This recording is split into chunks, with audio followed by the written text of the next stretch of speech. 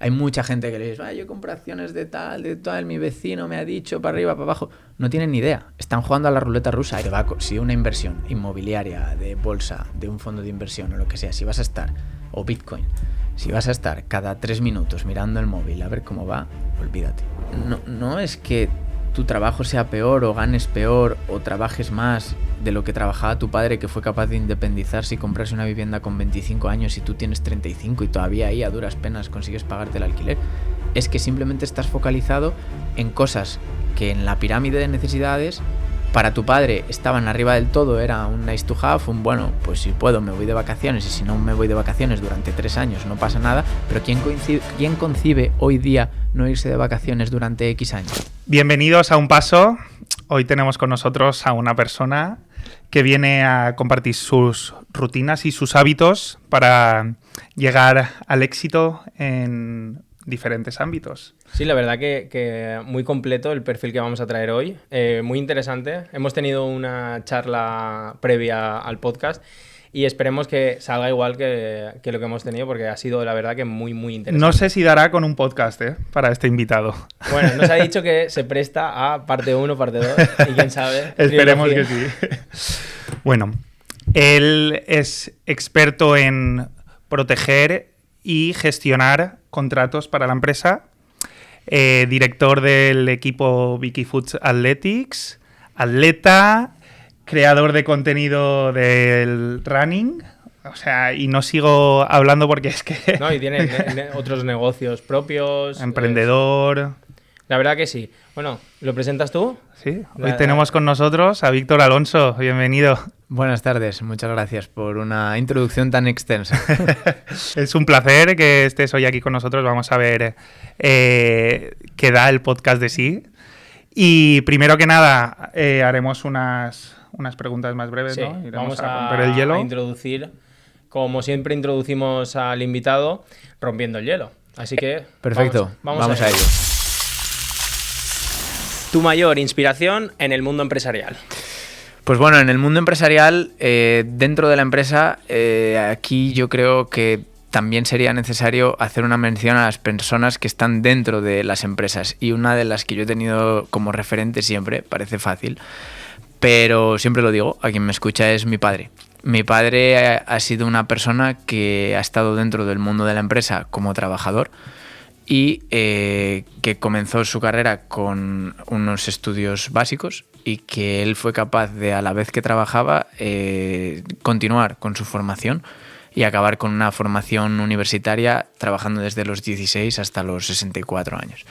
Eso me parece que, o sea, yo lo admiro porque, bueno, obviamente yo no voy a ser capaz de hacerlo porque no he comenzado a trabajar con 16 años, pero creo que hoy día la gente no estaría preparada para dedicarse a una empresa como lo ha hecho mi padre y quizás seguramente alguno de los vuestros o alguno de la gente que nos esté escuchando, la generación de la gente que ahora tiene 60, 70 años, que tenían esa mentalidad. Y luego, en el mundo empresarial, yo una de las personas que más me ha inspirado, que más he leído y que más sigo leyendo actualmente, porque gracias a Dios sigue con vida, es Warren Buffett. De él he sacado muchas enseñanzas y las intento aplicar. Y luego, como referente empresarial en general, podría decir alguno obvio tipo Amancio Ortega o algún CEO que todos podemos conocer, pero básicamente a mí la gente que me inspira y que me anima a seguir son la gente que han comenzado de cero. No, por supuesto, no tengo nada contra la gente que hereda un imperio o una empresa y lo consigue mantener o incluso potenciar, pero a mí, por mi caso, porque yo no he heredado ningún imperio ni ninguna empresa ni lo voy a hacer, si quiero el día de mañana tener éxito como emprendedor, yo seré de los que partió de cero. Entonces, obviamente, creo que el foco lo tengo que tener en esas personas. ¿Qué hábito consideras fundamental para la gestión de tu tiempo? Pues yo tengo 2 hábitos diarios y que creo que cumplo el 99% de los días, que es hacer deporte e intentar aprender algo. Yo creo que hoy día, yo personalmente y casi todo el mundo, no tenemos tiempo para pasar un día sin aprender una cosa nueva. Y el tema del deporte me parece fundamental para la salud, no solo física, sino mental. ¿Cuál es la clave para mantenerse motivado y enfocado en múltiples responsabilidades? Que te guste lo que haces. Si no te gusta lo que haces, obviamente esa tarea o ese deber lo vas a postergar, con lo cual nunca vas a llegar a tener éxito o a profundizar en aquello que haces. ¿Cuál es tu técnica para manejar el estrés y mantener la calma bajo presión?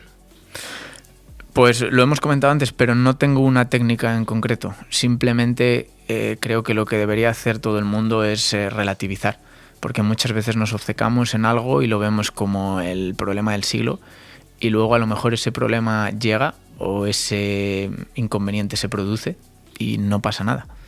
Entonces creo que eso es lo que tenemos que pensar a priori para no caer en ese estrés que genera una situación problemática o controvertida. ¿Cómo has gestionado el trabajar por cuenta ajena y como emprendedor? Pues yo comencé y sigo trabajando por cuenta ajena, y creo que es algo importante que debería hacer todo el mundo, incluso el que tenga claro que tiene que ser emprendedor. Y creo que la clave está en, si tú tienes la necesidad vital o te consideras una persona emprendedora y que quiere emprender, debes comenzar a hacerlo cuanto antes. Cuanto antes, ya sea a tiempo parcial, ya sea los fines de semana, ya sea por las noches, tienes que comenzar a hacerlo. Y la manera de hacerlo, igual vuelvo a la respuesta anterior, es que aquello en lo que emprendas tiene que ser algo que te guste. No vale que emprendas en algo solo porque te va a dar dinero. ¿Consideras que has tenido éxito en tu carrera? Sí. Como os he dicho, me gusta decir las cosas claras, aunque pueda sonar pretencioso, pero considero que sí, porque la manera de medir todo en esta vida creo que es porcentualmente, como hemos comentado antes. Las cifras no son las mismas, depende de para quién. Y si yo miro para atrás o miro para los lados, el porcentaje que tengo de gente detrás es mucho mayor que el que tengo delante. ¿Crees que el fracaso puede ser un trampolín hacia el éxito? Sin duda, el fracaso es necesario. En mi deporte, en el atletismo, muchas veces la gente utiliza el tópico de unas veces se gana y otras se aprende. Y en la vida es igual. No vas a ganar siempre, pero siempre vas a aprender. O bueno, también puede haber alguna vez que ganes y no aprendas nada, lo cual, bueno, no es problemático. Pero considero que es más importante ser capaz de aprender de los fracasos ajenos que de los propios, porque te estás ahorrando un fracaso. Y a mí es una cosa que me da mucha rabia. Cuando yo fracaso o cometo un error que alguien me ha dicho o que yo podía haber sabido a priori y que no necesitaba experimentar con ese fracaso, a mí eso es lo que me da rabia. Meter la pata o fracasar en algo que tú no sabías o que no podías saber, o que era una situación sobrevenida que tú no podías mejorar, como hemos dicho antes, es un aprendizaje. ¿Cuál es el sacrificio más grande que has hecho por tu negocio? Tu tiempo. Yo a día de hoy lo más valioso que tengo es el tiempo. Entonces todo lo que me consuma tiempo es un sacrificio. Si te consume mucho tiempo, el sacrificio es más grande. ¿En qué diversificar tus ingresos? En aquello que esté dentro de tu círculo de competencias. Nunca debes intentar obtener ingresos de una fuente que tú no controlas, porque entonces no estás invirtiendo, no estás emprendiendo, simplemente estás jugando al casino, a la ruleta rusa. Y la última, un propósito que tengas para este año. Para este año, igual que para todos, mi propósito es hacer alguna formación. Todos los años desde que acabé mi formación universitaria hago algún tipo de curso, diplomatura o certificado. Este año no va a ser menos. El segundo propósito que tengo es conseguir ahorrar algo de tiempo para mí, es decir, quitarme líos de encima o delegar esos líos. Y el tercer punto, que es contraproducente, mejor dicho, contrario a este anterior que acabo de decir, es sacar adelante una nueva empresa que he creado. Arrancamos fuerte. Qué guay. Bueno, Víctor, me gusta mucho tu perfil. Hemos hablado de todo realmente un poco. Hemos intentado indagar en rompiendo el hielo en todo un poco, pero me gustaría que la gente que no te conoce... Sí, que diga un poco que digas, quién es, claro, ¿no? Y a que qué diga se quién dedica es un poco. Víctor Alonso y cómo ha empezado realmente en el mundo empresarial. Pues bueno, sigamos por ahí a preguntas claras, respuestas cortas. Víctor Alonso soy ingeniero soy ingeniero industrial, soy especialista en la gestión contractual de proyectos EPC, que se llaman Engineering, Procurement and Commissioning, que quiere decir en castellano llave en mano, es decir, una instalación que un cliente te pide y que tú le entregas tal cual, como puede ser una central o una estación de energías renovables o un punto de interconexión. Ese es mi perfil profesional y a lo que me dedico. Aparte de eso, en mi tiempo libre, en el tiempo libre que me queda de mi trabajo, soy director de un club de atletismo, que además tiene un link con la zona de aquí de la Safor. El club se llama Vicky Foods Athletics y soy atleta aficionado bueno, digamos de élite o de alto nivel, y también me dedico a crear contenido últimamente en todo lo que es el mundo del running en las redes sociales. Y con el tiempo que me sobra de todo eso, intento invertir mis ahorros de la mejor manera que sé y emprender negocios con el tiempo que me queda. Me ha gustado que la última pregunta, el propósito de este año era ¿qué propósito tienes para este año? Y es ahorrar algo más de tiempo, pero es que con todo lo que me estás diciendo se te va a hacer algo difícil porque tienes suficientes horas al día para... Claro, porque es que muchas veces oímos de gente que tiene una jornada laboral de 8 horas diarias. Es que no tengo tiempo. No tengo tiempo. Siempre... Y después está Víctor Alonso, que hace 1000 cosas en un día. O sea, como... Bueno, Víctor Alonso tiene la suerte de que una de las particularidades de mi trabajo es que lo puedo ejercer 100% en remoto. Me desplazo por Europa y por el mundo cuando mi trabajo lo requiere, pero la facilidad que tienes al trabajar desde casa, sobre todo en lo que respecta al deporte, pues es lo que te da la posibilidad de mantener una rutina diaria. Y volviendo a una de las preguntas que hacíais en Rompiendo el Hielo, la clave para sacar tiempo de todo esto es que te guste. Es que todo esto que hemos contado, a lo que yo me dedico profesionalmente, todo ello son cosas que me gustan. Entonces, si el día tuviera horas infinitas, estaría todo el día haciéndolo porque no vería el momento de cansarme. No te pesa, no llega... Sí, antes en la comida nos has dicho que te pone un poco incluso hasta nervioso el hecho... Bueno, o ha dicho... Yo no tengo, que me ha gustado, yo no tengo nunca nada que hacer. Es decir, no tengo tiempo para estar sin hacer nada. Entonces, ¿eso realmente lo buscas tú? ¿Es algo que o viene a...? Lo buscas y te vas metiendo en líos, como digo yo. Te vas metiendo en un lío, en otro lío, y al final te das cuenta que estás metido en un montón de cosas que te gustan y que, bueno, a lo mejor en algún momento te dirías, ¡buah! Me gustaría sentarme y no tener nada que hacer. Y ese momento no existe, como hemos comentado. Yo nunca hay un rato que diga, vea, me voy a sentar porque no tengo nada que hacer. Siempre puedo hacer algo de todo esto que hemos hablado, siempre quedan cosas pendientes. Pero lo que yo hago a lo largo del día es hacer una lista todos los días de las tareas que tengo que hacer, tanto de mi trabajo como de mis actividades paralelas. Y de las 25 o 30 que listas, coges las 5 que son imprescindibles para hoy y las haces. Y sobre todo de las demás que tienes que hacer, la clave está en decir, ¿qué pasa si esto no lo hago hoy o no lo hago esta semana? Nada, puede esperar. Entonces, relájate y ya lo harás cuando esa tarea sea prioritaria o cuando tengas tiempo para hacer.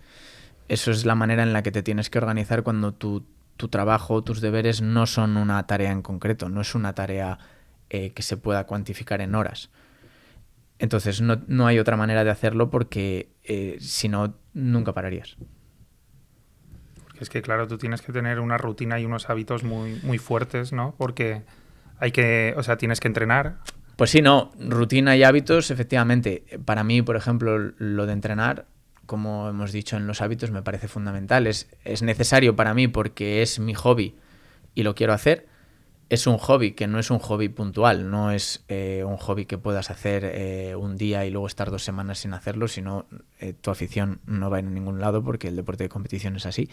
Pero también te ayuda a mantener una rutina y a que tu día sepas que pivota en torno a una cosa. Y en mi caso, mi día pivota en torno al deporte. Sé que la única actividad ineludible todos los días es entrenar.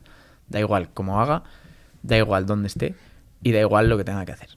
Entonces, a partir de ahí, montas el resto del día. En tu caso es el running, que tú lo tienes, bueno, entre comillas voy a decir que es fácil porque tú tienes que ponerte unas zapatillas, estés en la ciudad del mundo que estés y salir a correr. Es fácil y no, porque al final el atletismo de competición tal y como lo hago yo, necesitas unas ciertas circunstancias de instalaciones o de superficies para entrenar que no siempre puedes encontrar. Pero como te he dicho antes, entrenar es ineludible. Si me pilla en Bruselas como la semana pasada, me busco un parque. Si no encuentro el parque, pues a lo mejor cambio el entrenamiento del miércoles por el del martes. Pero en ningún caso lo pierdo. O si hace malo, o si hace frío, o si estoy cansado, pues puedo bajar la intensidad o puedo disminuir la duración. Pero nunca me planteo el hacerlo o no hacerlo. O sea, eso es una cosa que no se me pasa por la cabeza. Y es uno de los hábitos que me hace que todos los días pueda progresar, no solo en esa tarea, sino en las demás. Porque es una de las cosas que considero que si no hago, me perjudica en el resto. O sea, no negocias contigo mismo ningún día de No me lo planteo. Hoy, por ejemplo, cuando he venido aquí a grabar, me he levantado por la mañana, he visto todo lo que tenía que hacer, sabía la hora de venir aquí, que era fija, he visto que por la mañana hacía mucho viento, entonces he dicho, bueno, prefiero trabajar por la mañana y entreno por la tarde. Pero en ningún caso me planteo O sea, existe la posibilidad de cambiarlo gracias a la flexibilidad que tengo, tanto laboral como física, pero no existe la posibilidad de no hacerlo, eso no se plantea. En el tema ahora de negociar, me gustaría ir hacia el pasado, porque me has dicho que cuando estabas a la hora de entrar en la universidad, tus padres te dijeron, vale, tú estás en el tema del atletismo, vas a tomar una serie de decisiones, vas a estudiar una carrera de ingeniería, puedes dedicarte al atletismo a lo mejor profesionalmente. ¿Cómo fue el conflicto interno ese que tuviste de partir de decir, vale, me dedico a full al atletismo, voy a estudiar una carrera de ingeniería y voy a tope? ¿Cómo gestionaste tú realmente ese pensamiento? Porque habrá gente que nos esté escuchando que esté en ese momento de decir, voy a empezar mis estudios profesionales, también estoy entrenando y compitiendo. Pues sí, creo que el deporte de alta competición en algunos casos o en ciertas edades puede ser perjudicial para los jóvenes, porque puede que yo ahora lo veo desde, por decirlo así, desde arriba o desde una edad ya avanzada 35 años, pero claro, cuando te comparas con un chaval de 15 o 16 años, lo ves desde un punto ya de la experiencia. Entonces, claro, cuando tú estás en esa edad que yo me he visto, dices, joder, qué guay, mi sueño sería dedicarme a esto. Pero en ese momento yo lo que le recomendaría a cualquier joven que esté en esa disyuntiva es pensar, vale, ¿y luego qué? Entonces, yo sinceramente a cualquier amigo o mi hijo el día de mañana, si le tuviera que aconsejar en cualquier deporte al que te estés dedicando, y además ahora a día de hoy creo que cada vez lo hacen más, tanto los futbolistas como de primera división y de otros muchos deportes, atletas de élite de cualquier ámbito, casi todos estudian una carrera universitaria para luego tener un futuro, porque hoy día vivir del deporte es muy complicado y vivir toda tu vida del deporte es aún mucho más complicado. Entonces creo que la estabilidad emocional y económica que te da el tener una profesión puede hacer que disfrutes más del deporte a lo largo de toda tu vida que una dedicación puntual de unos pocos años. Y tú, en el momento que has dicho que tomaste la decisión, ¿cómo sabes en ese momento que es una decisión acertada o es una mala decisión? Y porque tú has tenido durante el camino has tenido varios compañeros, ¿no?, que estaban compitiendo contigo y ellos han tomado alguna decisión de seguir con eso y tú te fuiste por otra rama. ¿Cómo a día de hoy, cómo estáis cada uno y si crees que has tomado la decisión correcta o no? Sin duda. Como he dicho antes en Rompiendo el Hielo, considero que he tenido éxito y en parte por eso. No me puedo imaginar cómo sería mi vida actual si hubiera elegido el otro lado del camino. En aquel momento la disyuntiva se planteó, pero sinceramente no me acuerdo. Han pasado muchos años, pero no recuerdo estar 2 meses pensándolo. Fue una decisión rápida. Mis padres me dijeron, mira, Víctor, te quieres dedicar a correr, esto está muy bien, de aquí vas a sacar el dinero justo para sobrevivir, si quieres nosotros te ayudamos. Mis padres me han apoyado siempre en todo lo que yo he decidido hacer o me han visto con una decisión clara de ejecutar, o te dedicas a estudiar, nosotros te pagamos los estudios como es normal o como lo consideramos nosotros normal, pero entonces ahí no tienes excusa, no puedes fallar, tienes que sacar esto adelante en un tiempo razonable. No te puedes estar 10 años para sacar la carrera por mucha ingeniería que sea. Y entonces ahí, pues obviamente yo evalué la situación que existía dentro del deporte y vi otros compañeros o otras personas que conocía, a lo mejor más veteranas que yo, cómo habían vivido o qué rendimientos económicos habían sacado de esa actividad. Y entonces vi claramente que las probabilidades de éxito eran mucho mayores en el mundo de la ingeniería o en el mundo profesional en general que dentro del mundo del deporte. Pero vamos, no considero que fuera una decisión difícil ni que hubiera que ser muy espabilado con 18 o 19 años que tenía en aquel momento para darse cuenta.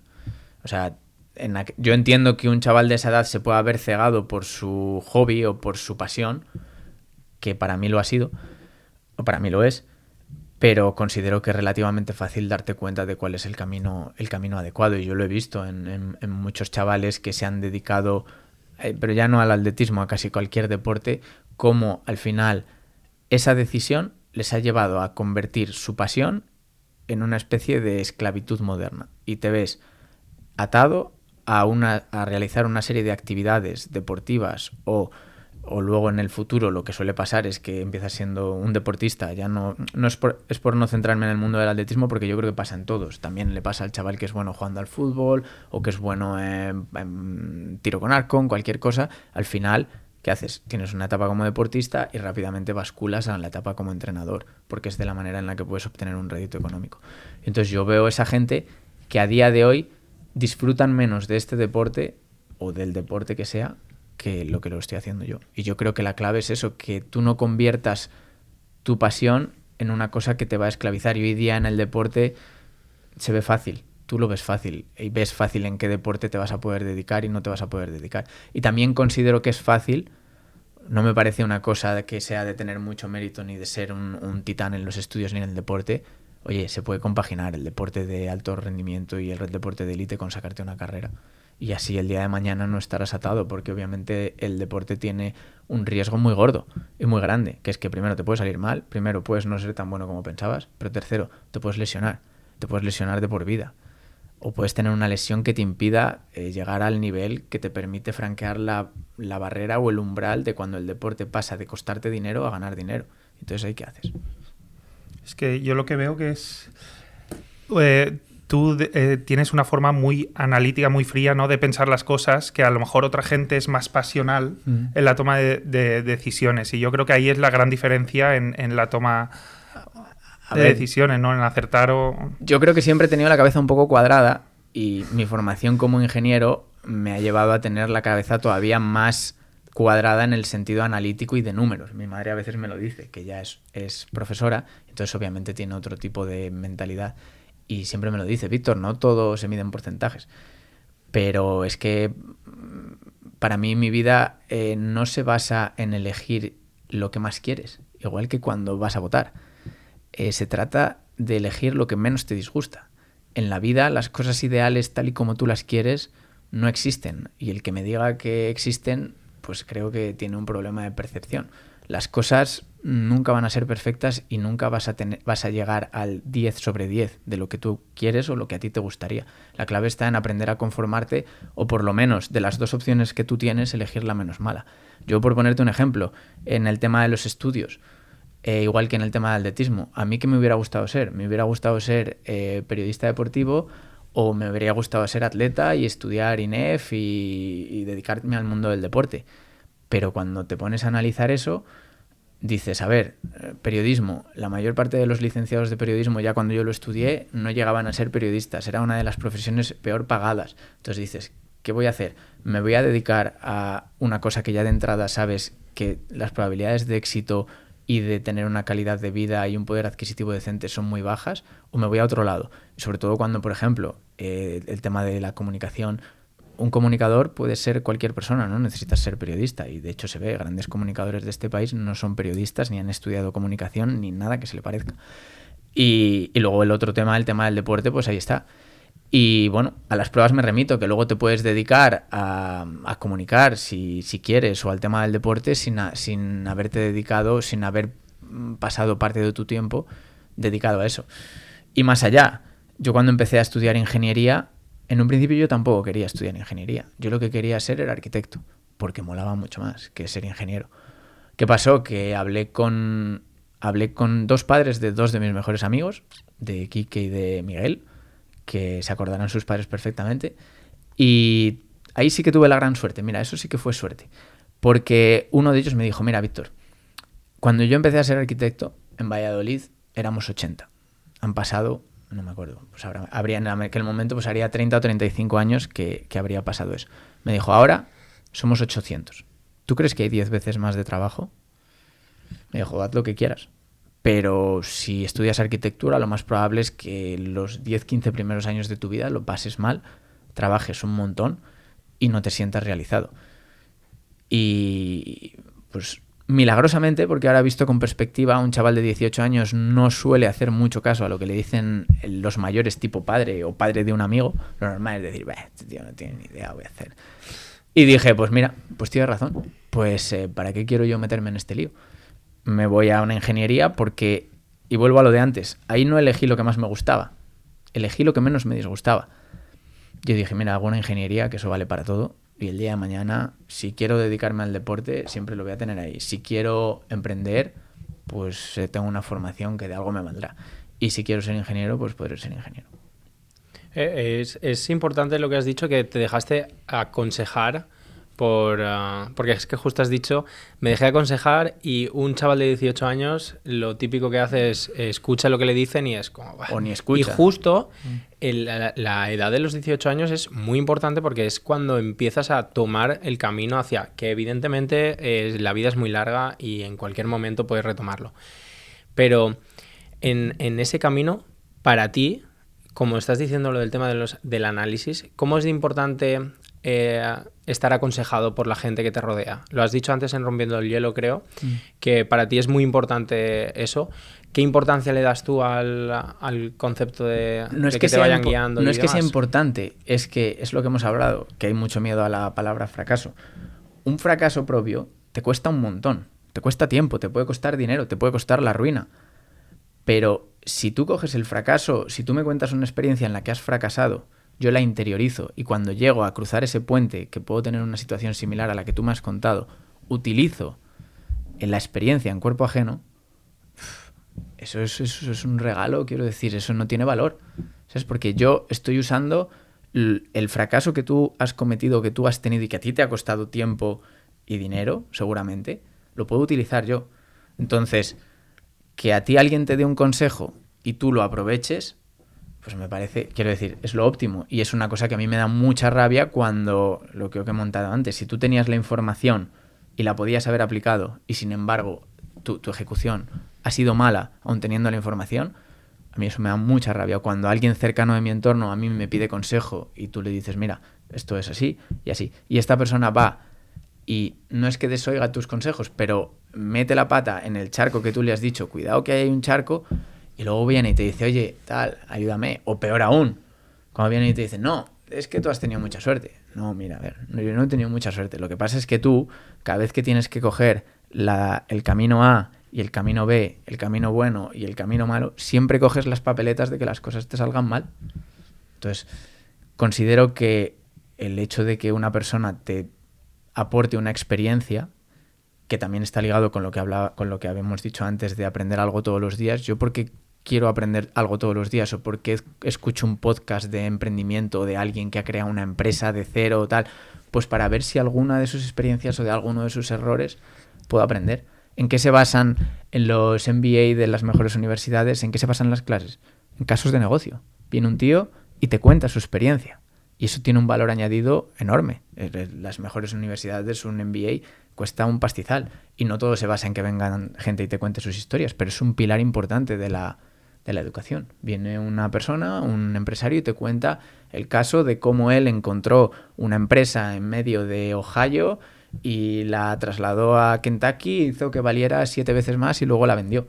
Entonces, aprender en las experiencias de los otros me parece básico y me parece que es la manera de, como si estuvieras jugando al parchís, de comer una y contar 20. ¿Sabes? Es la manera en la que tú puedes avanzar mucho más rápido que el resto. Si todos partiéramos de cero en la vida y nos estuviéramos dando de hostias contra todos los muros y pisando todos los charcos, ni Dios progresaría. El mundo en general no progresaría. Y ahora hablando un poquito más de ya la etapa que dijiste, ¿no? Tú tomaste la decisión de seguir estudiando y de avanzar. ¿Qué momento O sea, tuviste que tomar también alguna decisión, ¿no? También fue ahí algún momento complicado. sí, no, sin duda. A ver, decisiones complicadas y momentos complicados siempre hay. Yo, por ejemplo, pues he estudiado parte de mi carrera fuera, en el extranjero, en Francia, y luego llevo trabajando en el extranjero todos estos años, desde que comencé a trabajar hasta ahora, que ya son más de 10, 12 años, ya casi da miedo pensarlo. Y evidentemente no ha sido fácil. Lo fácil habría sido, yo por ejemplo que soy de Valladolid, acabar mi carrera en Valladolid. En Valladolid tenemos la fábrica de Renault, que allí da trabajo a un montón de ingenieros. Pues lo fácil es acabar la carrera, te metes allí, es una empresa grande, acabas siendo un semifuncionario de 7 a 3, te vas a tu casa tranquilamente.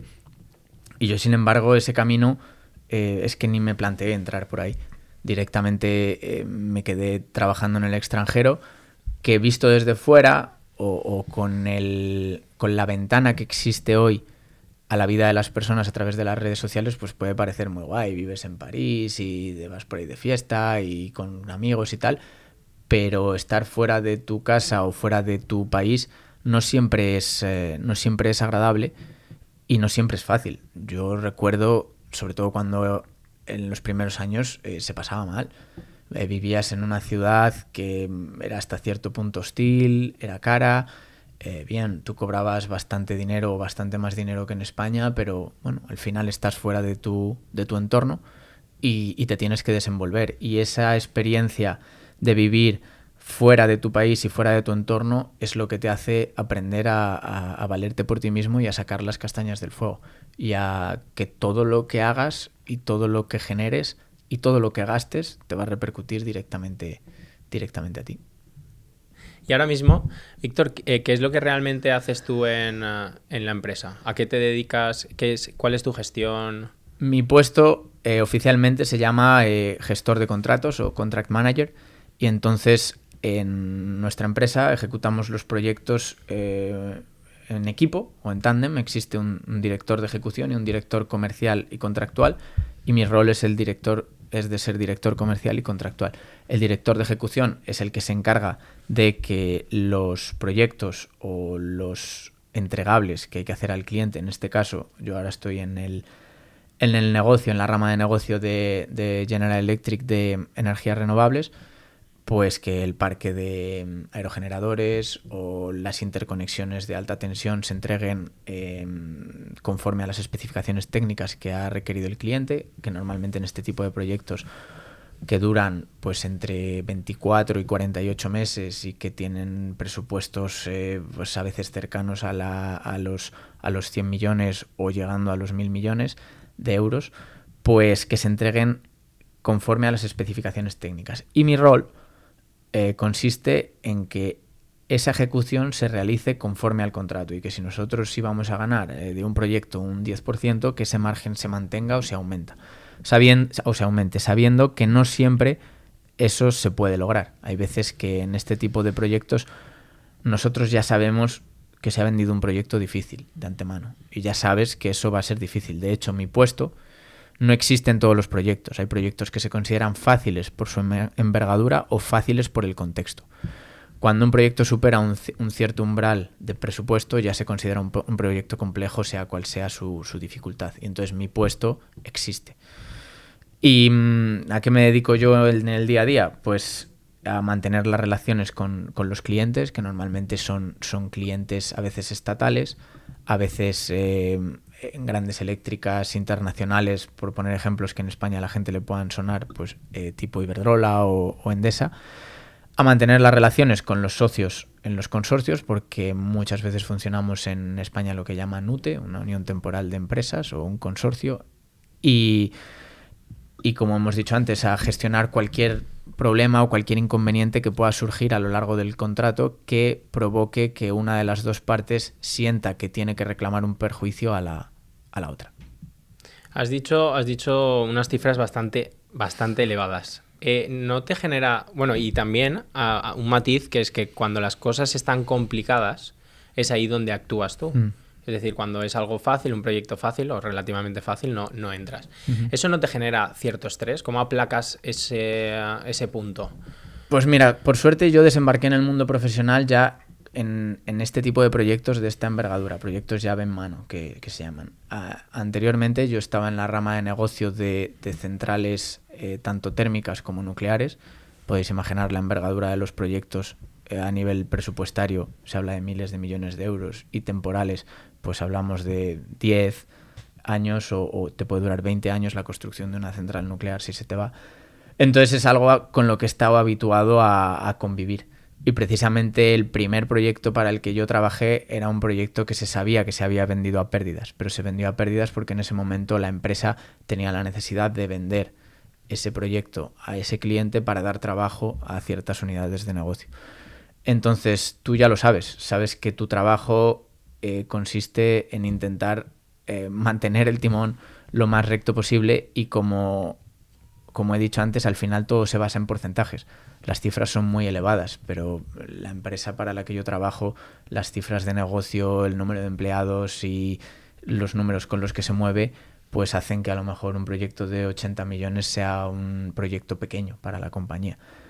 Como bien dices, eso a mí lo que me otorga es una cierta tranquilidad en el sentido de que no me va a temblar el pulso a la hora de tomar una decisión que puede costar varios millones de euros porque es algo que llevo haciendo 10 años. Entonces, bueno, está claro que empezar trabajando con este tipo de proyectos te da un background que luego otras personas no tienen, porque a lo mejor has empezado gestionando unos proyectos de una envergadura menor, tanto en tamaño como en presupuesto, como sobre todo también en tiempo, que eso es uno de los parámetros más importantes en este tipo de proyectos en el mundo de la ingeniería. Quería hacer esta pregunta porque el tema de la gestión de las emociones y el estrés es muy importante a la hora de tener un negocio. Tú en este caso también emprendes. Entonces, ¿qué te genera más estrés? ¿Tener un presupuesto de 1.000 millones en tu empresa o emprender por tu cuenta? Hombre, sin duda me genera mucho más estrés 100.000 euros invertidos por mí que 1.000 millones de mi empresa. Al final, yo soy un profesional y en el contexto de mi trabajo lo hago siempre lo mejor posible. No escatimo ningún esfuerzo ni ningún conocimiento. Pero precisamente la gestión de las emociones aprendí a base de palos, en el sentido de que en mi primer trabajo tenía una jefa que además viene a colación con todo esto que existe ahora de la integración de las mujeres en puestos de responsabilidad. Es un buen ejemplo. Esta chica era una chica muy joven a la que le estoy enormemente agradecido porque fue la primera que me dio una oportunidad. Pero tenía un gran problema, que es que se tomaba las cosas del trabajo muy personales. Y encima era una chica francesa, así como muy, muy blanca de piel, muy rubia, típica persona que las emociones se le ven literalmente a flor de piel, porque en el momento que se enfada te pones rojo o se te nota claramente. Entonces, esta persona era la directora del proyecto, yo era el segundo de a bordo. Y en reuniones con un montón de gente, pues al final acababa chillando, a veces acababa llorando, ya no solo internas sino externas. Y claro, eso me hizo que yo tuviera que ser el otro lado, ¿sabes? No poli bueno y poli malo, pero ella era la que gritaba, yo era el que tenía que mantener un poco la serenidad, hacer una broma, hablar con el cliente, tal, porque la otra acababa de salir gritando por la puerta, ¿sabes? Entonces no iba a ponerme yo a gritar también. Y yo lo hablaba con ella a veces y le decía, hombre, mujer, tal, estate tranquila, que nosotros estamos haciendo lo mejor que podemos, no te lo tomes a lo personal, esta gente está representando a su empresa, nosotros representamos a la nuestra, hacemos lo que podemos, tú estás haciendo todo lo que puedes, yo hago todo lo que puedo, pero no nos podemos poner así. Y fueron los primeros años en los que yo trabajé. Trabajábamos en un proyecto que se ejecutaba en México, estábamos entre Francia, España, porque el socio del consorcio era español, China, Estados Unidos y México. Claro, en México la sociedad allí, evidentemente, en los temas de igualdad y de incorporación de las mujeres al mundo laboral estaba más atrasado, entonces que de repente desembarcase una mujer de 30 y pocos años conmigo, que tenía 20 y tantos en aquel entonces, pero bueno, yo siempre aparentaba un poco más de edad, chocaba. Y entonces, claro, ella siempre se sentía como minusvalorada o como que la gente decía, bah, la mujer, tal.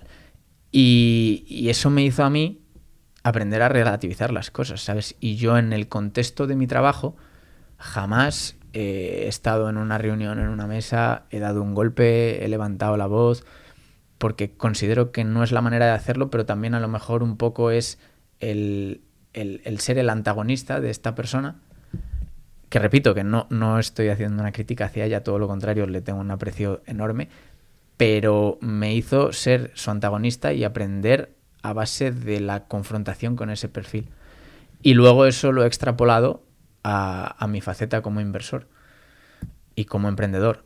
En el contexto de mis emprendimientos y las empresas que yo tengo o que estoy creando, pues lo mismo, con los empleados no se me ocurre en la vida pegar un grito, puedo decir las cosas claras de viva voz o por escrito, o puedo presentar las cosas tan crudas como son, pero no pegaré una voz. Eso también es característico, ¿no? A lo mejor de una persona que tiene esa gestión de las emociones y también que calcula un poco lo que has dicho tú de que eres un poco cuadrado en ese sentido, que a lo mejor eso en cierta parte te hace actuar de esa forma. Hablando de emprendimientos, me gustaría que explicases un poquito qué emprendimientos tienes, porque no solamente tienes uno, tienes unos cuantos. Entonces, si puedes empezar por el que quieras, libertad absoluta. Venga, empecemos cronológicamente, si os parece. Yo desde que comencé a trabajar, pues tuve la suerte de eso, como comentaba, trabajaba en Francia, a lo mejor los ingresos son un poco, bueno, a lo mejor no, los ingresos eran más elevados que los que puedes tener en España con tus primeros trabajos como ingeniero, luego estando en Estados Unidos y demás, pues la verdad es que tenía un margen importante para ahorrar.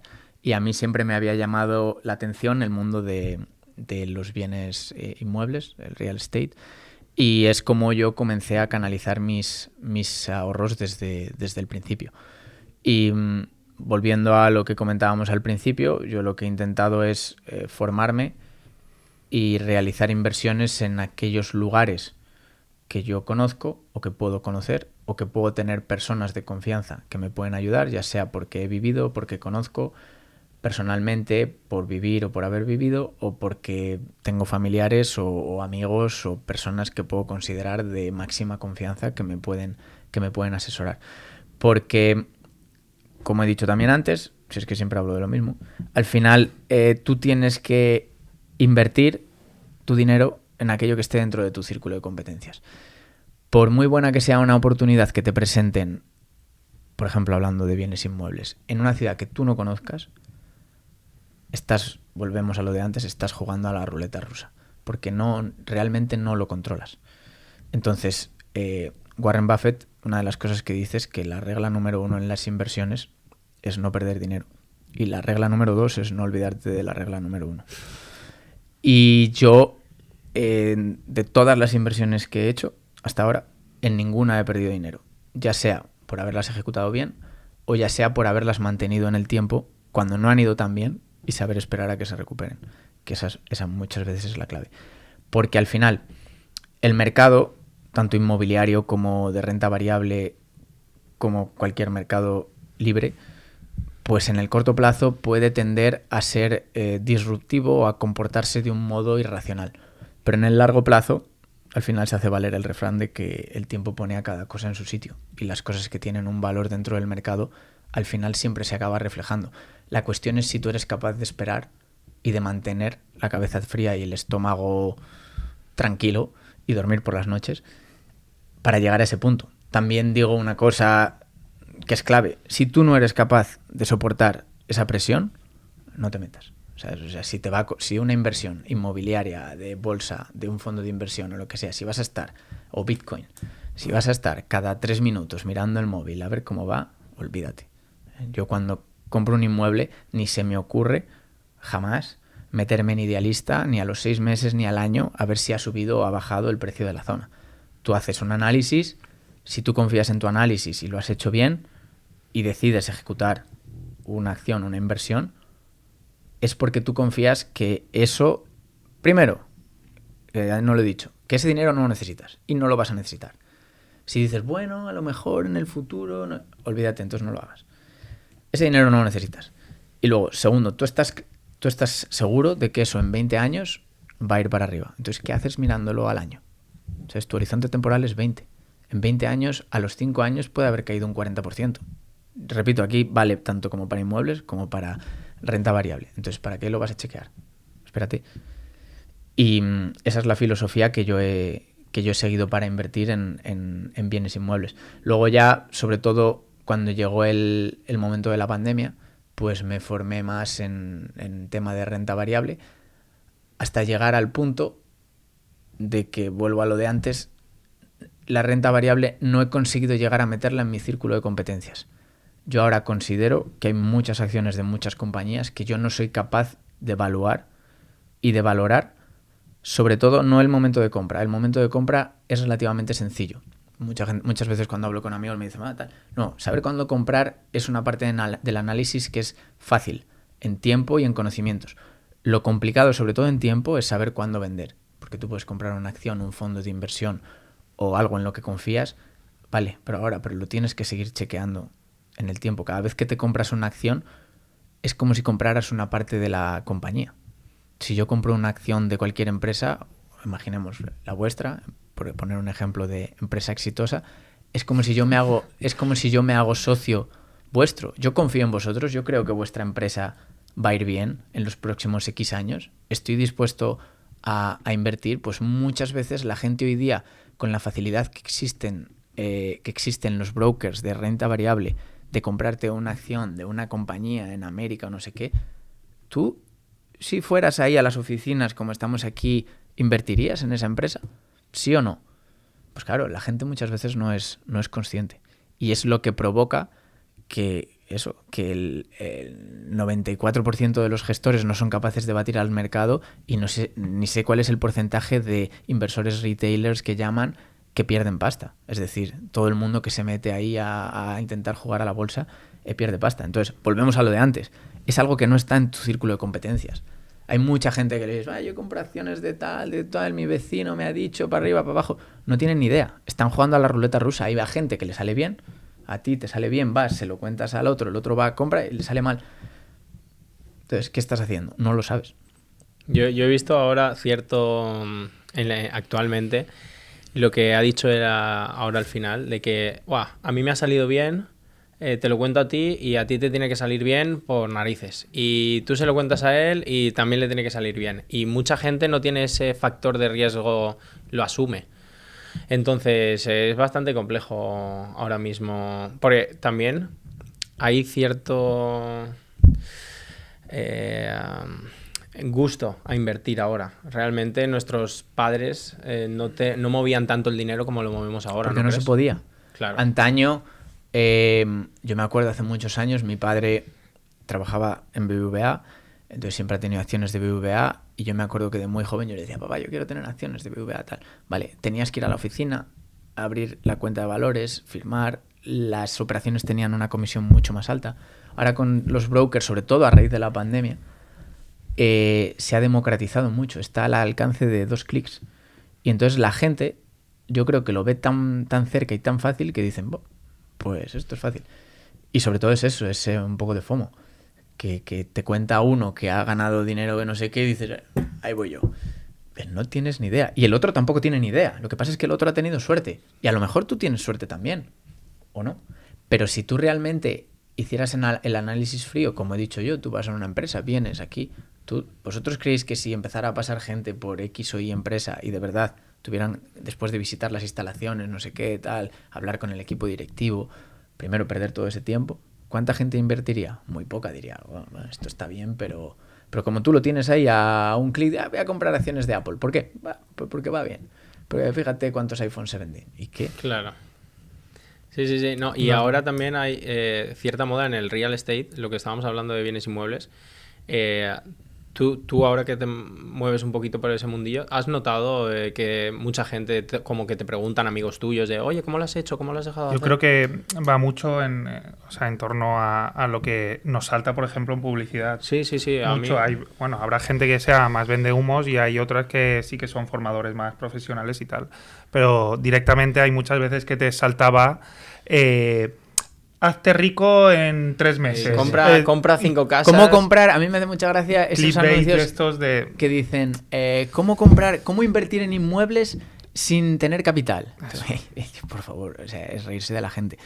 Efectivamente, pero el mundo de los cursos online de inversión y de real estate, bueno, a mí me sale a patadas, porque obviamente es lo que chequeo buscas. en YouTube.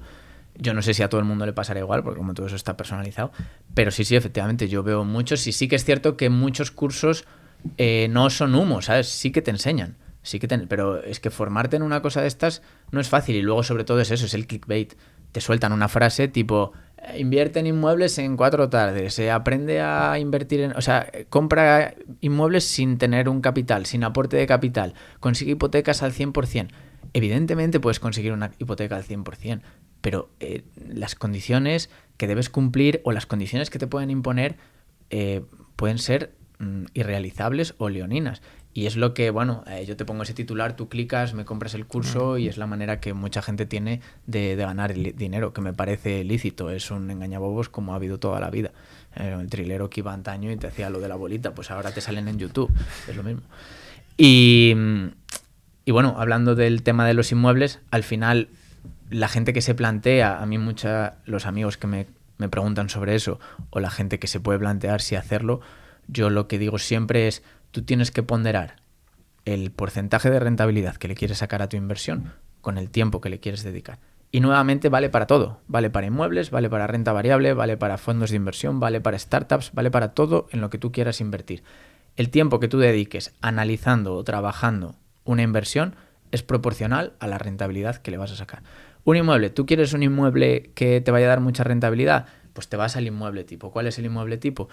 Un primero, un segundo, sin ascensor, que valga entre 50 y 70.000 euros, que esté situado en un barrio obrero, que sea de una construcción de hace más de 40 años, que no sé qué, que no sé cuál. Claro, tú ahí le vas a sacar una rentabilidad alta. Vale, imaginemos que tú inviertes 70.000 euros. O imaginemos que tú tienes un gran capital y puedes tener 7 por 4, 28, 280.000 euros. Vale, tú te puedes comprar 4 inmuebles de 70.000 euros a los cuales le vas a sacar un porcentaje, por decir números redondos, del 10% a cada uno. Vas a sacar un 10% anual de tus 280.000 euros. Pero claro, ¿qué trabajo te va a dar un inmueble viejo de una construcción de hace un montón de años en un barrio obrero de gente humilde? Que lo más probable es que la familia o la pareja que se te meta no sea una familia, una pareja que vaya sobrada. Puede tener problemas para pagarte, etcétera, etcétera. Entonces, tú dices, yo hago esto y obtengo un 10%. O me compro un inmueble de 280.000 euros, uno solo, le saco un 5%, me compro un inmueble nuevo en el barrio residencial caro de la ciudad X o en el centro de tal ciudad, que sé que es un inmueble que no va a bajar el valor porque está en una zona ya tensionada, y no le saco un 10, le saco un 4 y vivo tranquilo. Pues eso es, quiero decir, no hay inversiones ni buenas ni malas. Yo muchas veces hablo con amigos o con gente que me consulta, no, esto es una cagada, no, esto está bien. No, a ver, hombre, sí hay cosas que pueden ser consideradas como una mala inversión y otras que pueden ser consideradas como una buena o muy buena inversión. Pero todo es relativo del tiempo que quieras invertir. Pero evidentemente, si tú me dices que tú lo que no quieres es dedicarle tiempo, pues no te metas en ese lío. O sea, para ti sería interesante invertir, ¿no? Por lo que has dicho, cuando tú ese dinero no lo necesitas. Tienes un dinero ahí que no lo necesitas. No es que sea interesante, es que es imprescindible. Si tú inviertes un dinero que puedes necesitar, estás perdido. Estás perdido emocionalmente y muy probablemente económicamente. Es decir, tú tienes que... Yo se lo digo a mucha gente. Cuando tú inviertes, esa inversión no te puede cambiar la vida. Si tú inviertes y por haber invertido lo que sea, ese año no te puedes ir de vacaciones o cambias tu destino de vacaciones, porque dices, no, hay que ahorrar. ¿La has liado? ¿Para qué? Entonces, ¿para qué estás invirtiendo? A no ser que me digas, bueno, es que necesito asegurarme una estabilidad económica a 10 años y quiero hacer este sacrificio, ¿vale? Pero tienes que saberlo. Entonces, claro, tú cuando haces inversiones tanto en renta variable como en bienes inmuebles, tienes que tener un horizonte temporal de más de 10 años. Y en bienes inmuebles yo aconsejo más de 20 o más de 25 a la gente que me pregunta. Es decir, bueno, es más, no es que aconseje 20 o 25. Es que yo cuando me dicen, yo les digo, a ver, tienes que comprar algo que como si no lo fueras a vender. Tú imagínate que compras algo y que ya no lo vas a vender. ¿Lo comprarías? Si no sabes, no lo compres. Y hablando de inversión, tú, Víctor, ¿qué lugares consideras que son los mejores para invertir? La respuesta a esa pregunta no existe. Como he dicho antes, al final tú tienes que en el real estate, en los bienes inmuebles, tú tienes que estar dentro de tu círculo de competencias. Y en este caso el círculo, podemos llamarlo un círculo geográfico. Es decir, si tú conoces una ciudad u otra, debes estar ahí. Por ejemplo fácil, la Costa del Sol, Marbella, las Baleares, Ibiza, la Costa de Levante también. O yo qué sé, o dicen Sanjenjo en Galicia, o hay muchos sitios que se consideran, o San Sebastián, que es una de las ciudades con mayor coste de euros por metro cuadrado, pero imagínate que tú eres de Gandía, ¿qué vas a invertir tú en San Sebastián? ¿Qué pintas tú invirtiendo en San Sebastián? O en Ibiza, si no has pisado Ibiza en tu vida. Yo lo que aconsejaría a cualquier persona que se plantee esta disyuntiva de invertir o no invertir y dónde, es que lo haga en un sitio que él conoce. Evidentemente, sin ánimo de ganarnos haters en ningún sitio, pues si tú eres de Orense o de Lugo o de Zamora o de sitios, provincias y ciudades de España que están muy envejecidas, obviamente la proyección a futuro de esas ciudades es mucho peor que Madrid o que Barcelona o que Valencia. Pues bueno, si eres de Orense, pues más complicado, pero si eres de Orense, estoy seguro que en Orense hay oportunidades espectaculares también. Bueno, vale, ya es cuestión de mirar tú dónde lo quieras hacer. Porque es que te puede salir muy bien lo que tú dices en Gandía y te puede salir muy mal en Madrid. Depende también del concepto que tú le quieras dar a... Totalmente. En las ciudades existen unas zonas, porque yo lo llevo viendo ahora a la edad que tenemos, también estamos en una edad en la que en nuestro entorno pues la gente se empieza a comprar sus primeras viviendas, sus segundas viviendas y tal, y la gente pues comenta y tal. Y yo tengo un amigo que lleva años diciendo, no, en Madrid las cosas están muy caras, en Madrid las cosas están muy caras.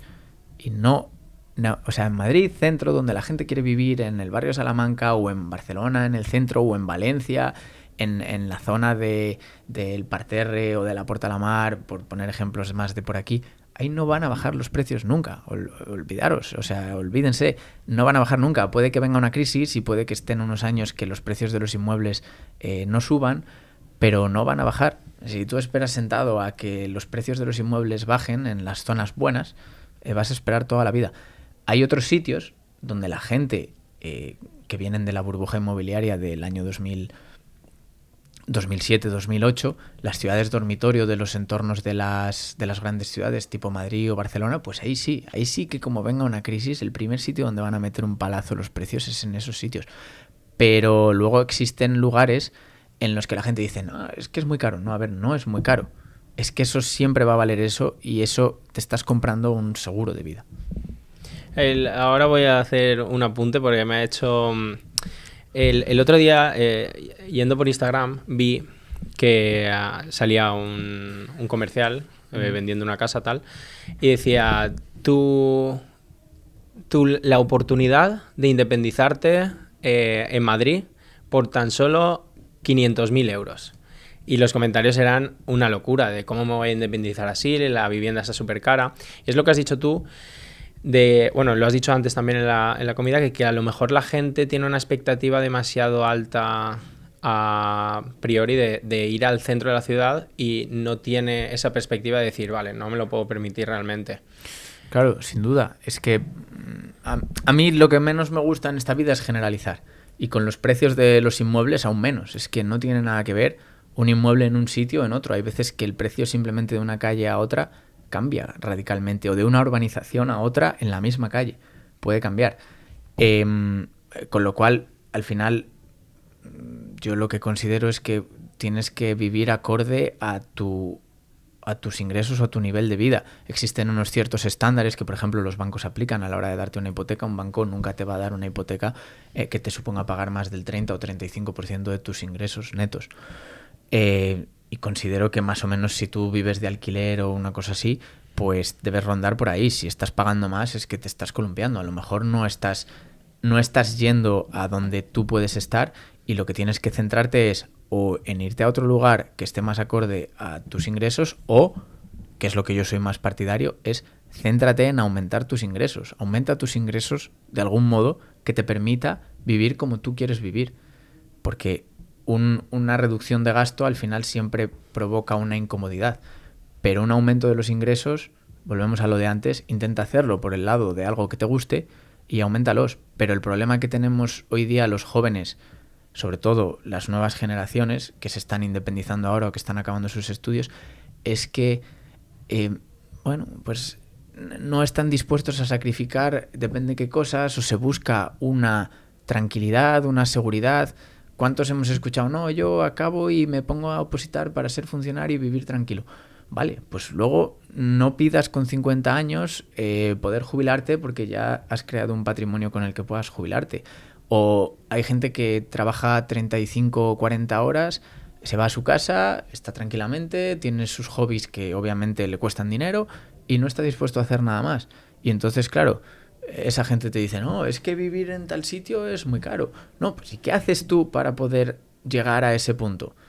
No haces nada, no estás dispuesto a sacrificar nada. Entonces, la mentalidad con la que la gente se está incorporando al mercado laboral, y que yo, por ejemplo, en alguna de las empresas que hemos creado he visto, es de jóvenes con una mentalidad y una capacidad de sufrimiento y de adaptación a medios hostiles muy baja.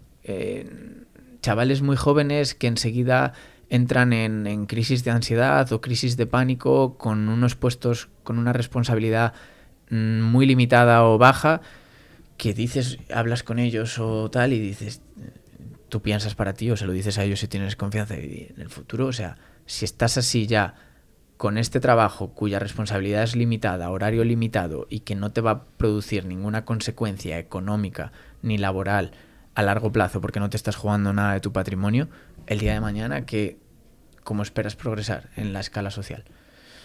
Y al final yo creo que esa es la pena, porque a día de hoy en España yo soy un firme defensor que el mayor ascensor social sigue siendo la educación. Y yo precisamente soy un ejemplo de ello. Mis padres eran de clase media baja, he podido estudiar en la universidad pública, he estudiado en un cole público casi toda mi infancia, en un cole concertado que costaba un dinero que casi cualquier familia se puede permitir. Mis padres no me han podido llevar a un cole privado o un cole bilingüe o tal. Y luego yo me he sabido buscar la vida. Entonces, si yo he sido capaz, cualquier otra persona puede ser capaz. Entonces, yo no me considero más inteligente que nadie o más inteligente que el resto. Entonces, considero que todos los demás pueden tener las mismas capacidades para hacerlo. Pero lo que veo es que hoy día la gente no tiene el poder de resistir o la capacidad de encajar golpes y decepciones como había antes, y como por ejemplo tenían ya no nuestros padres y nuestros abuelos, sino incluso generaciones un poco más antiguas o ancianas que la nuestra. Dirías que es más de actitud, una cuestión de actitud, ¿no? De la persona que de... Yo creo que es una cuestión de actitud. Es una cuestión de actitud de la gente que tiende a acomodarse, a buscar lo fácil, a no salir de la zona de confort, o a no intentar buscar eso. No reduzcas tus gastos, aumenta tus ingresos, porque un aumento de tus ingresos a lo largo del tiempo es exponencial. Sin embargo, una reducción de tus gastos te va a producir un deterioro de tu nivel de vida que a lo mejor no puedes soportar en el tiempo. Sí, dicen que la mejor forma de ahorrar realmente no es gastando menos, sino ganando más. De hecho, yo tengo amigos que se han ido a Alemania que dicen, bueno, sí, el nivel de vida es un poco más alto, pero es que yo al final de mes lo que ahorro aquí es lo que ahorraría en 3 meses en España. Al final es eso, salir un poco de la comodidad y de no conformarte y irte a otro país. Es un poco triste, porque dices, joder, me gustaría que a lo mejor en España tuviésemos estas oportunidades, pero también es un poco también salir de eso, de la zona de confort y no todo el mundo lo tiene claro en ese momento y es algo, creo que importante. No, sin duda. A mí me ha pasado porque hay veces que, como en Valladolid, la gente sabe que yo trabajo en el extranjero, he trabajado muchos años fuera, me preguntan. Y en relación a esto que estábamos comentando, un ejemplo que tuve hace poco es una chica joven, recién licenciada, en ingeniería, con un buen expediente. Su padre, que es amigo mío, me dijo, oye, mira, a ver si le puedes echar un cable, tal, hablas con ella, le llamé. Digo, oye, tal, bueno, tal, y bueno, de idiomas, ¿cómo vas? Bien, sí, hablo este idioma, tal cual, en Valladolid. Y le dije, bueno, pues, ¿y estarías dispuesta a trabajar en el extranjero? Porque obviamente yo tengo más contactos en el extranjero. Y me dice, no, en el extranjero no. Y yo, vale. Digo, bueno, ¿y a Madrid, Bilbao o algún sitio así? No, en Valladolid. Y yo, joder, vale. Y yo, vale, bueno, pues en Valladolid, pues Renault, que está fuera de Valladolid, está como en las afueras, como, no sé cómo poner el ejemplo aquí en Gandía, bueno, está en las afueras de Valladolid. Y me dijo, bueno, preferiría que fuera en Valladolid ciudad. Y claro, yo me quedé, yo dije, pues ¿qué quieres? ¿Sabes? O sea, a la carta. Claro, dices, no quieres el extranjero, lo puedo entender. No quieres Madrid o Bilbao, o Barcelona, o España en general. Vale. Pero ya que me estés diciendo que quieres trabajar en Valladolid Centro, recién licenciada, entonces, ¿sabes? O sea, es imposible. Entonces, estas personas lo que se están poniendo es barreras a sí mismos. Me acuerdo además que a esta chica le dije, digo, bueno, ¿y estarías dispuesta por las tardes a aprender algún otro idioma a la vez que tal? Bueno, ya es inglés y preferiría que no. Y claro, yo dije, madre mía, yo me acuerdo que no sabía ni qué decirle a su padre. Claro. ¿Qué le dices? Mira, tu hija, como no es espabile, pues tiene un expediente brutal, pero ¿qué va a hacer?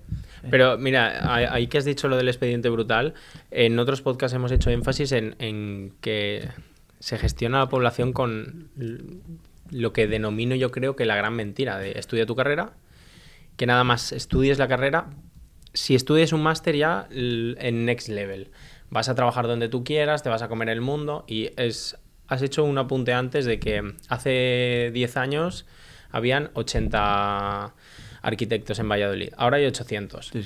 Claro, en la época de nuestros padres, si tú estudias una carrera, pues evidentemente ibas a tener trabajo nada más salieses. Pero ahora mismo es que todos... Yo no tengo amigos que no hayan estudiado carreras.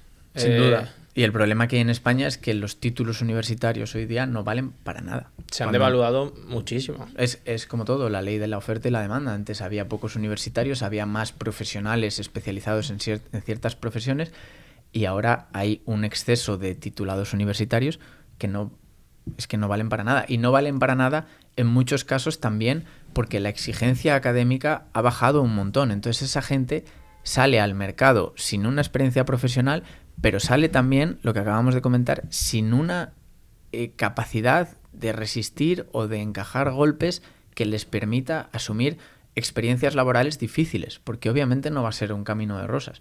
Entonces, esa gente al final o no consiguen entrar en el mercado o se ven expulsados de él. Y genera frustración, yo lo puedo entender, pero al final no todo es culpa tampoco de las nuevas generaciones. También yo creo que una gran culpa la tiene el sistema a día de hoy y que ya muchos jóvenes han estudiado en la cultura que existe ahora, de que seas capaz de pasar de curso con asignaturas suspensas, que puedas suspender no sé cuántas y pasar de curso. Todo eso a mí me parece que al final obviamente no tienes que martirizar a los chavales y que sea todo eso numeritis de apruebas, suspendes. Tiene que haber otras aptitudes o lo que llaman ahora otro tipo de habilidades, soft skill, hard skill y demás, pero tampoco puedes crear una generación de niños débiles y de niños y adolescentes débiles que no van a ser capaces de encajar fracasos, porque es lo que hemos hablado, que muchas personas tienen miedo a ya no fracasar, sino a usar la palabra fracaso, y que forma parte de la vida de cualquier persona, pero situaciones difíciles. Y que a nivel exponentes en redes sociales tienes un mogollón de gente que triunfa constantemente y a lo mejor un chaval que suspende 3 pero pasa de curso igualmente, se va a Instagram y ve cómo ganar dinero de forma rápida, fácil y cuando llegas al mercado laboral y te das cuenta de que no es así, el golpe que te puede dar... No, sin duda. Las redes sociales a día de hoy, a mi juicio, son una ventana. Yo soy el primero que las utiliza, pero creo al menos ser consciente de lo que representan y lo que son. Al final, las redes sociales yo lo veo como una ventana a tu vida, la cual tú abres cuando quieres y además la enfocas hacia donde tú quieres. Quiero decir, el que te está enseñando su vida. El que te está enseñando su vida o lo que proyecta en esas redes sociales es lo que él quiere. Hay días buenos y días malos. Y para que haya días buenos tiene que haber días malos. Si no, vivirías en una línea plana todos los días de constante estado de felicidad o de infelicidad. Y el problema está en que hay gente que cree que tu vida tiene que cumplir unos ciertos estándares para ser perfecta. Entonces, claro, te focalizas en yo quiero que llegue el fin de semana para hacer esto, a ver si pasa rápido lunes, martes, miércoles, hoy ya es jueves, tal, porque estás deseando hacer cosas que tú consideras, entre comillas, guays o socialmente reconocidas.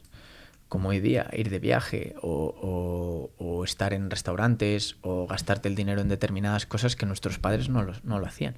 ¿Por qué hoy día, estando más formados, como estamos todos, no somos capaces de independizarnos y comprar una vivienda, los jóvenes de hoy día de 20, 20 y pico años, y nuestros padres sí, con unos trabajos mucho peores y mucho peor remunerados que los que tenemos nosotros ahora?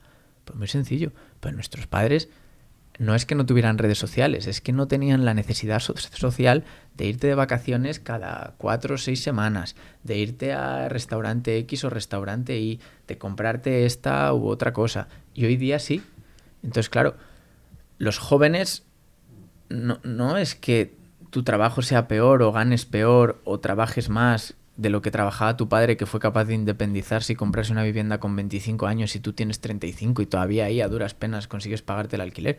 Es que simplemente estás focalizado en cosas que en la pirámide de necesidades para tu padre estaban arriba del todo, era un nice to have, un bueno, pues si puedo me voy de vacaciones y si no me voy de vacaciones durante 3 años no pasa nada, pero ¿quién concibe hoy día no irse de vacaciones durante X años? O no, incluso no irse de viaje. Bueno, si con vacaciones te refieres a Sí, a claro, viajar. me refiero a que te tienes que meter un viaje, si es posible, transatlántico cada 6 meses, si no, olvídate. Claro. Que han metido en la cabeza como que si no haces eso, estás siendo infeliz y estás teniendo una vida que no vale de nada. Y a mi juicio eso lo generan también las redes sociales y que la gente no sabe digerir lo que de ellas saca. Al final te tienes que dar cuenta que lo que se muestra ahí es una parte de la vida de las personas y que todas las personas tienen sus partes buenas y sus partes malas a lo largo del día y a lo largo de las semanas. Y que probablemente las que aparecen ahí son personas que no cumplen unos estándares normales, porque al final todos nos fijamos en los mismos personajes. Quiero decir, personajes hay pocos y personas que sigan esos personajes hay muchos. Entonces, es lo que la gente a día de hoy no es capaz de encajar, a mi juicio. Voy a cambiar ahora un poco de tema, realmente volviendo a lo del emprendimiento. Hablando de personas y de trabajo, tú nos has comentado antes que tú a tus empleados, en otro proyecto que tienes, que es en este caso un bar, les explicas todo, absolutamente todo, la cruda realidad que nos has dicho, que una nómina, cómo funciona, pérdidas y ganancias. Explícanos un poquito porque me ha resultado bastante interesante. Sí. Y creo que a la gente le puede... Al final yo creo que cuando tú tienes un negocio, yo creo que los negocios, para que funcionen, las personas que lo componen, ya sean trabajadores o socios del mismo, tienen que estar implicados, tanto emocional como económicamente. Entonces, primero, yo creo que en un negocio es fundamental que la gente tenga una parte de su remuneración que sea variable en función de su rendimiento, aunque muchas veces no es del todo posible. Y, por ejemplo, suena mal o puede estar poco aceptado esta afirmación, pero es lo que pasa con los funcionarios en España. Tú vas a ver a un funcionario a una ventanilla de administración y te encuentras con gente que no quiere trabajar, porque esa gente no tiene ningún incentivo en hacer mejor o peor las cosas. Y no solo eso, sino que sabe que es hasta cierto punto intocable. Entonces, claro, te das contra un muro. Entonces, a la hora de emprender o de montar una empresa, tienes que ir completamente al lado opuesto. Tienes que tener a la persona enfocada, como dicen en las inversores o los gestores de fondos de inversión, skin in the game. No puedes tener a tu empleado con un 70% de salario variable en función de su rendimiento, pero sí que una pequeña parte. Y también considero que es indispensable, como has comentado tú, a nuestros trabajadores, al principio de todo, yo lo que les hice fue explicarles en lo que consistía su nómina, porque era gente muy joven y entonces yo intuí que quizás no lo sabían, efectivamente no tenían ni idea.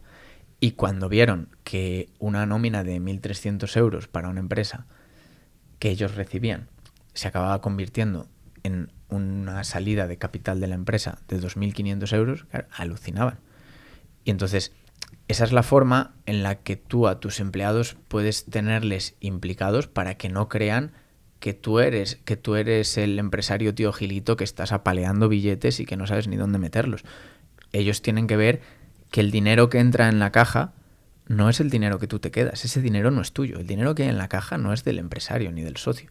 El dinero que hay en la caja está para pagar la seguridad social, para pagar a los proveedores, Y nosotros, en una de las empresas que tenemos, a uno de los empleados, precisamente le tenemos muy implicado en la gestión a nivel como si fuera casi en una gran empresa, un director de operaciones que conoce todas las cuentas, cuándo se gana, cuándo se pierde, lo que se factura, precisamente para que esta persona sea capaz también de transmitírselo al resto y que sepan que cuando las cosas van bien y cuando las cosas van mal. Porque mucha gente tiene la percepción equivocada de que en un negocio, en una empresa, sea de lo que sea, un retailer que vende algo, una persona que presta servicios, el dinero facturado no es ganancia nunca. Y hay mucha gente que se equivoca cuando va a un sitio y lo ve lleno, o cuando ve a una empresa que factura X. Tú puedes facturar una millonada y puedes perder mucho dinero. Y es más, puede que si tienes mal diseñado el negocio, cuanto más factures, más pierdas. Y de hecho a nosotros nos pasó uno de los meses, teníamos un desajuste con los precios de uno de los productos y era el mes que más habíamos facturado y fue el mes que más perdimos. Y dijimos, ¿qué ha pasado? Entonces, claro, es importante que tus trabajadores sean conscientes, porque evidentemente un trabajador en cualquier negocio que estás vendiendo algo ve el dinero que entra, pero a lo mejor no ve el dinero que sale. Y entonces, claro, ese trabajador puede tener la percepción equivocada de lo que hay detrás, de lo que él genera. Yo lo que no quiero es que mis trabajadores piensen que yo me estoy forrando a costa del sudor de su frente. Yo lo que quiero es que las personas que trabajen o que trabajarán para mí, cuanto yo más gane, ellos más ganen, porque es la forma en la que tú más puedes rentabilizar un negocio, que la gente tenga un incentivo para seguir en ello y para empujar tanto como si fuera suyo. Por eso yo creo que todo el mundo tiene que tener una parte variable en función de los resultados de la propia empresa en la que trabaja. Eso lo vería... Es súper interesante. Me parece muy bien. Yo antes de emprender trabajé para diferentes empresas y en algunas sí que tuve lo de variable y se notaba una barbaridad. No solo yo, sino todos mis compañeros que... O sea, era como si fuera... Ya pasa a ser de... No, esto no es mi empresa, sino casi como si fuera nuestra.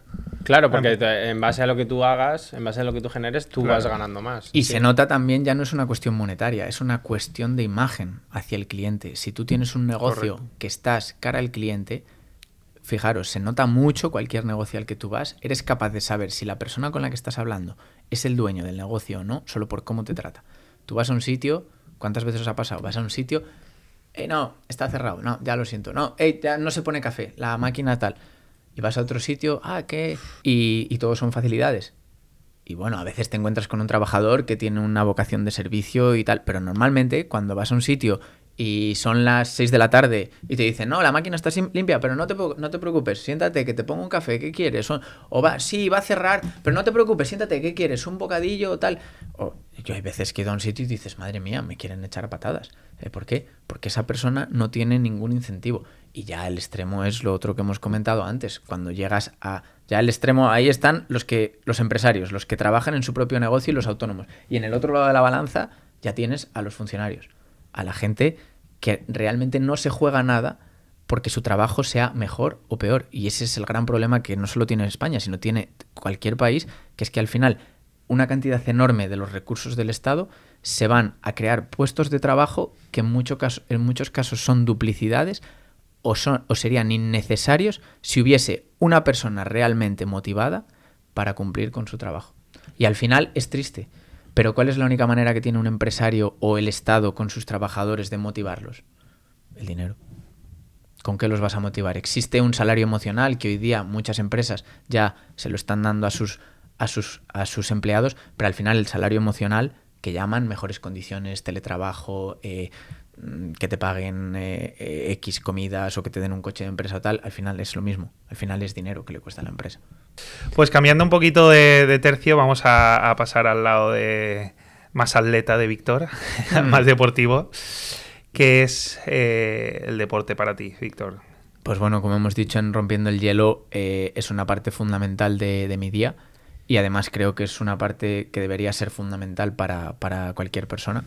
Y yo pivoto mi día alrededor del deporte porque es mi vía de escape y sobre todo es mi hobby. Y yo creo que en la vida una persona tiene que tener 3 pilares, o al menos yo así lo veo. Tienes que tener uno, que es tu parte profesional, tu trabajo. Otro, que es la parte social, que ahí entra la familia, tu pareja y tus amigos. Y otro que corresponde a un hobby. Pero para mí un hobby no vale coleccionar matrioscas. ¿Sabes? Tiene que ser un hobby que te implique constantemente. Es decir, que no puedas estar una semana sin hacerlo. Porque si no, no es un hobby. Como hay gente que dice, no, mi hobby, viajar, cocinar. No. Vamos a ver. Un hobby tiene que ser una cosa que te genere una interacción social o un compromiso contigo mismo que te obligue a tenerlo todos los días. O casi todos los días. ¿Por qué? Porque si tú tienes esos 3 pilares y te falla uno de ellos, siempre te quedan los otros 2, porque hay veces que la gente dice, oh, qué racha más mala, qué deprimido estoy, o gente que de verdad entra en depresión, es porque se les cae de repente su vida. Yo, por ejemplo, intento tener eso muy bien equilibrado y el deporte me ayuda a ello porque yo, por ejemplo, tengo mi trabajo, tengo mis actividades sociales y tengo mi hobby. Si una de las 3 me falla, ejemplo, como atleta, me lesiono y estoy 6 meses, imagínate, que no puedo entrenar. Y que estoy jodido, que no puedo competir, que es lo que me gusta al final. Bueno, pues me puedo focalizar más en mi trabajo, me puedo focalizar en mis inversiones, me puedo focalizar en mis amigos y en mi familia. ¿Qué pasa si al revés te pasa? Imagínate, lo dejas con tu pareja o con tu mujer. Lo vas a pasar mal, pero si tienes un hobby, tienes amigos y tienes el trabajo, podrás superarlo. Pero la gente que vive focalizada en su trabajo, malísimo. La gente que vive focalizada en su pareja o que, lo que hemos dicho antes, que la gente que vive pensando en que llegue el fin de semana para hacer X actividad con sus amigos y el resto de la semana vive amargado, si te falla eso por lo que sea, ¿qué vas a hacer el resto? Imagínate, tú vives pensando en el fin de semana para salir, para viajar y tal, y por lo que sea te falla. Imaginemos que por lo que sea tienes una mala racha económica y todo eso no te lo puedes permitir. ¿Qué? ¿Vives amargado 7 días sobre 7 así durante X meses? O lo último, imagínate que te falla el trabajo. A mí si me echan mañana de mi trabajo, económicamente me va a impactar, pero mentalmente para nada, porque te centras en las otras 2. Entonces, para mí el deporte es lo que corresponde a mi hobby. Yo lo que le aconsejo a todo el mundo es que tengan un hobby que les produzca un compromiso consigo mismos, a ser posible, diario. Y siguiendo con los compromisos, tú no dejas de ponerte porque ahora mismo también estás con el compromiso de crear contenido, ¿no?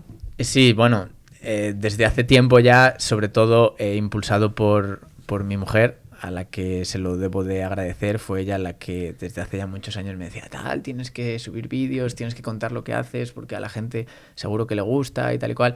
Y pues bueno, desde hace un tiempo comencé la actividad de, entre comillas, creación de contenido o contar públicamente lo que hago como deportista más como una actividad de friki, en el sentido de que a mí me gusta que si tú eres mi rival en una carrera, me gusta saber lo que estás haciendo cuando yo no te veo. Por ejemplo, si a la semana siguiente compites en otra carrera y la anterior has competido contra mí y me has ganado, te he ganado, te he sacado 30 segundos o lo que sea, pues quiero saber lo que estás haciendo. Y entonces eso es algo que a los atletas en general a todos nos gusta. El que diga que no es mentira. Somos, entre comillas, unos cotillas y nos gusta saber lo que está haciendo el otro, si ha corrido más, si ha corrido menos, si ha metido más kilómetros, si ha metido menos. Entonces lo empecé haciendo un poco así porque a la gente le gustaba. Que cuando, yo sé, quiero decir, a mí me gusta que si tú corres una carrera y yo no he corrido contigo, saberlo. Saber cómo te has encontrado, ver una foto, ver un vídeo y tal. Entonces yo empecé así. Y luego al final pues te vas dando cuenta que hoy día, en el mundo del deporte y en el mundo del atletismo sobre todo, el contrato millonario de las marcas porque tú eres muy bueno y corres mucho, eso lo tiene uno, lo tienen dos, lo tiene el mejor. Hoy día las marcas lo que quieren es vender. ¿Y quién vende? Hoy día el que comunica mejor. Hoy ya el tema de anuncios en tele o mucho más físicos o tal, eso no va a ningún lado. Lo que va hoy día o lo que funciona son los anuncios segmentados en las redes sociales que atacan directamente al nicho de población al que tú quieres llegar.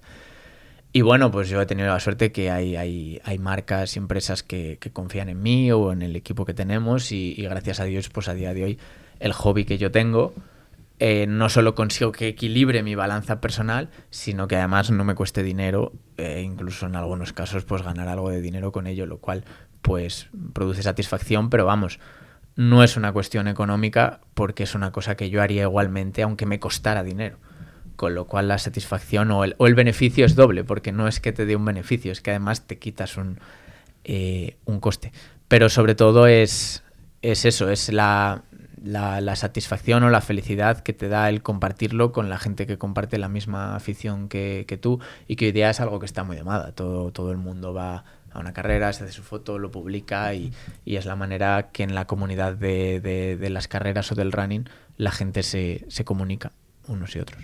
Sí, no, a ver, yo creo, Víctor, opino igual que tú en ese sentido de que las marcas se están centrando a lo mejor no en el mejor deportista, sino en el mejor comunicador. En ese aspecto tú has buscado un poco eso, o tampoco has buscado que las marcas te persigan en ese sentido. Sinceramente no lo he buscado porque económicamente, gracias a Dios, no lo necesito. Como he comentado antes, la actividad que hago deportiva la haría aunque me costase dinero. Pero bueno, oye, que quiero decir, a nadie le amarga un dulce. Si sobre todo te pagan por hacer lo que te gusta, aunque sea poco, es siempre algo de agradecer. Pero como dices tú, hoy día yo creo y yo animo a la gente que cree contenido a que intenten aportar siempre un valor añadido, porque yo veo mucha gente que me pregunta, ay, ¿cómo haces tal? Y yo digo, a ver, yo simplemente lo que intento es pensar qué es lo que le gusta a la gente saber o qué querría la gente saber o qué curiosidad le puede interesar o qué parte de mi entrenamiento a la gente que quiere subir su nivel o alcanzar un nivel como el que tengo yo, que tampoco es estratosférico, pero bueno, como hemos hablado, el 99% de los corredores que se dedican o aficionados a correr, pues digamos, corren más despacio que yo, entonces pueden decir, bueno, quiero correr como esta persona que corre más que yo. Entonces yo siempre pienso en eso, ¿qué valor añadido le puedes presentar a esa comunidad? Y es la clave de que la gente te siga o que la gente valore lo que haces. Y además es súper agradecido, es que es una cosa que no se paga con dinero. El otro día en Crevillente, en el Campeonato de España, por ejemplo, me pararon un par de personas y al nada más llegar, según bajarme del coche, había dos personas, uno me saluda y el otro me para, iba con mi mujer y me dijo, Víctor, muchísimas gracias, tal, joder, me hace ilusión conocerte, y yo flipaba. Porque de verdad, me dijo, eres pura inspiración y yo hay muchos días que salgo a correr cuando veo un vídeo tuyo y dices, hostia, ¿sabes? Y me lo dice una persona, vale, las que haya, ¿sabes? Con que haya una persona a la que le animes a hacer deporte, que es una actividad que solo genera beneficios, por un vídeo que hayas subido, ya, no sé, a mí me parece que es una cosa, es una labor social, que es eso, no tiene una recompensa económica. Entonces, bueno, pues eso te anima a hacerlo, ¿sabes? Ese día pues ya estás animado con gente así o gente que te saluda, tal. Pues bueno, luego hay gente que simplemente te sigue pues porque corres mucho y tal, y bien, pero luego la gente que ves que les puedes animar a hacer un deporte o o hacer más deporte, pues oye, la verdad es que es una grata recompensa. Buen mensaje, sobre todo para finalizar, porque os voy a decir, va a haber parte 2 seguro, porque se nos han quedado muchas cosas seguro. en el tintero. Creo que ha sido, puede ser que haya sido el más largo que hemos Yo hecho, creo que sí, seguramente hasta- el más largo. Pero porque yo me enrollo mucho. No, pero también porque todo lo que nos has comentado es bastante interesante y hemos querido Sí. indagar en ciertos matices y cosas que has estado tú aportando. Te vamos a hacer 2 preguntas, pero primero decirte que ha sido una charla muy enriquecedora. Habrá parte 2. Hay muchos puntos que no hemos... Y eso que ha sido una charla que hemos tocado muchísimos temas y muchísimas cosas. Como diría aquel entonces, tornaremos.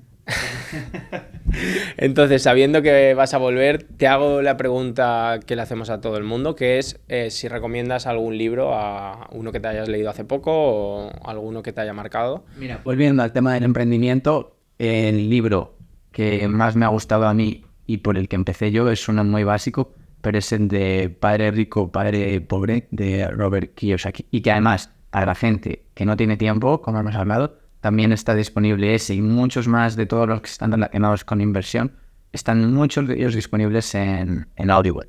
Y antes de hacerte la última pregunta... Pensaba que la anterior era la última. No, esta es la última. Decirte que hemos estado muy a gusto, estamos muy contentos de que hayas venido. Espero que hayas disfrutado, espero que los que nos estén viendo y escuchando lo hayan disfrutado. No olvidéis suscribiros, darle like, dejarnos un comentario, seguirnos en todas nuestras redes sociales.